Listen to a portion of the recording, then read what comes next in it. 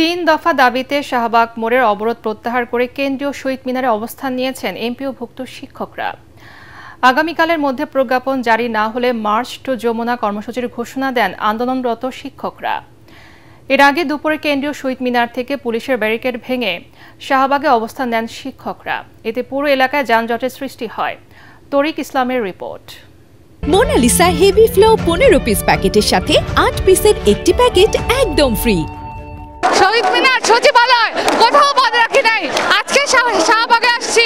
আজকে প্রজ্ঞাপন চাই চাই এবং 20% বাড়ি ভাড়া বৃদ্ধি সহ 3 দফা দাবিতে চতুর্থ দিনের মতো আন্দোলন করছে এমপিওভুক্ত শিক্ষকরা।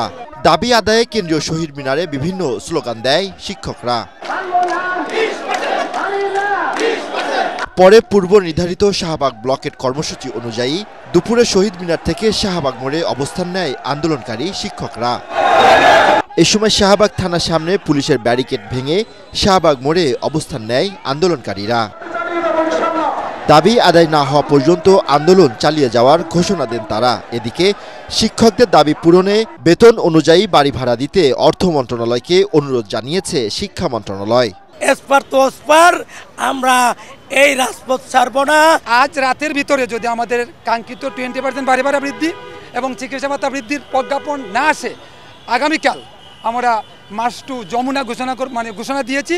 শাহবাগের 3 ঘন্টা অবরোধ শেষে কেন্দ্রীয় শহীদ মিনারে অবস্থান নেন আন্দোলনরত শিক্ষকরা।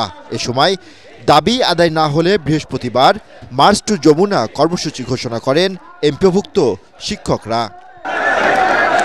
তরিক ইসলাম, এটিএন বাংলা, ঢাকা।